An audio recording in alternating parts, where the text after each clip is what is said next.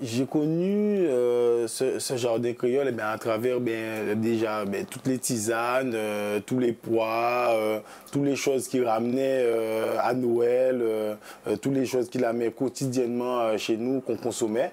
Et après, par la suite, on apprend que ça a des vertus, que ça a des propriétés, que ça a vraiment un intérêt de consommer quelque chose qui a moins de 24 heures après qu'on l'ait arraché, quoi. Ce que j'ai juste derrière moi, c'est déjà tout ce qui pousse dans un jardin créole. Hein. C'est coco, c'est mango, c'est avocats, c'est de la cive, du persil, toute la base du jardin créole, les plantes médicinales et tout ce qui est important pour être en bonne santé et être fort, quoi. On avait de petits espaces et il fallait tout planter.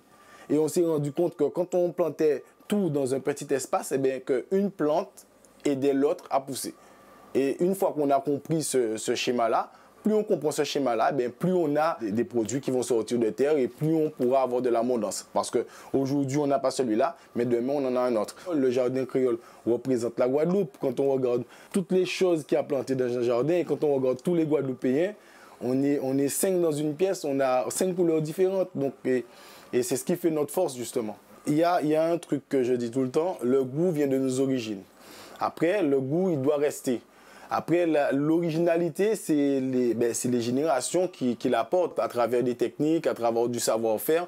Et pour moi, c'est vraiment important que derrière, on conserve la racine et que derrière, on arrive à évoluer à travers ça. On ne peut pas cuisiner comme il y a 20 ans en arrière, mais moi, je suis complètement convaincu qu'il faut cuisiner les mêmes produits qu'il y a 20 ans en arrière.